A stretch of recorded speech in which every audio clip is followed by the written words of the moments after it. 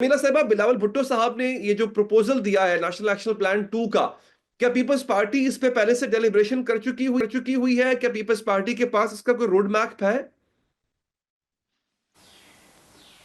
جی بہت شکریہ۔ دیکھیے جی، جس طرح بھی آپ نے اپنے شروعات میں کہا کہ پاکستان ان ممالک سے ہے جو دہشت گردی کے حوالے سے دوسرے نمبر پہ سب سے زیادہ متاثر ملک ہے، یہ انتہائی تشویشناک بات ہے۔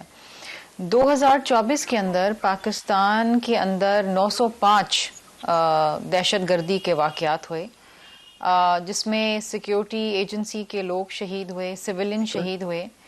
2 صوبے اس وقت جو ہیں شدید متاثر ہیں، بلوچستان اور خیبر پختونخوا، اور یہ ایک انتہائی تکلیف دہ بات ہے۔ جعفر ایکسپریس کا جو سانحہ ہوا ہے، جو ہائی جیکنگ ہوئی ہے، اس نے واقعتاً اس قوم کا دل دہلا کے رکھ دیا ہے۔ مجھے یاد ہے کہ جب آرمی پبلک سکول کا واقعہ ہوا تھا پشاور میں، تو پوری قوم ہل کے رہ گئی تھی۔ اس کا درد، اس کی تکلیف آج بھی ہمارے دلوں میں زندہ ہے۔ اسی طریقے سے یہ دل سوچ کے اور مفلوج ہو جاتا ہے کہ معصوم شہری جو ٹرین میں ایک جگہ سے دوسری جگہ جا رہے تھے، ان کو یرغمال بنایا گیا اور چن چن کے ان کو مارا گیا، اور جس دوران یہ آپریشن جاری تھا اور ہماری مسلح افواج اپنی جان پہ لڑ کے ان کو بچانے کی کوشش کر رہی تھی، ایک عجیب سی کیفیت تھی ہم سب کے اوپر کہ اللہ کس طریقے سے ان لوگوں کی جانیں بچا لیں۔ پھر اس کے بعد بندوں کا واقعہ ہوا، آج نوشکی کا واقعہ ہوا۔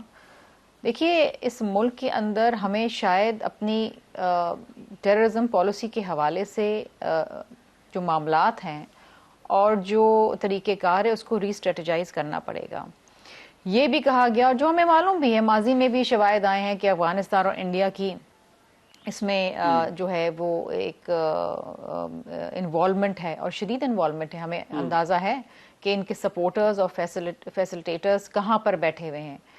لیکن آئی تھنک وقت آ گیا ہے کہ ایک ڈیسائسو آپریشن کیا جائے، کیونکہ دیکھیے یہ شملہ صاحبہ، معصوم کیا لوگوں آپ کو کی اس بات پہ جانیں تشویش جانا، نہیں خون ہوتی ہے کہ بہنا، وہ یہ دہشت بہت گردی مشکل ہے۔ جو ختم کر دی گئی تھی، جس پہ قابو پا لیا گیا تھا، اس کا واپس آنا، یہ سوال کیا آپ پارلیمنٹیرینز کے ذہن میں اٹھتا ہے، اور کیا یہ سوال پوچھا جاتا ہے دوز ہو آر دیکھیے، ریسپانسبل فار میں دس؟ آپ کو ایک بات بتاؤں کہ دیکھیے، ماضی میں ہم نے دیکھا کہ بنو جیل بریک ہوا، D I Khan jail break ہوا، کس طریقے سے ایک حکومت کے دوران دہشت گردوں کو چھوڑا گیا، ان کو دوبارہ سے ری انگیج کیا گیا، کس طریقے سے ان کو صوبے میں بسایا گیا۔